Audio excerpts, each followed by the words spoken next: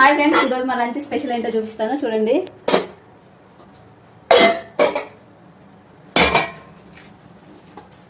ఇప్పుడే రైస్ చేసిన వేడివేడిగా.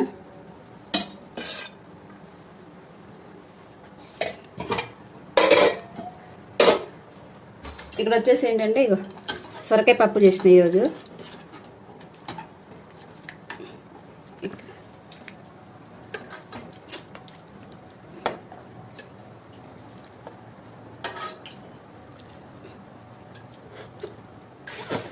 ఇంకా అలాగే వచ్చేసి ఇగో పిల్లల కోసం ఇవి కూడా వేయించేసిన అనమాట.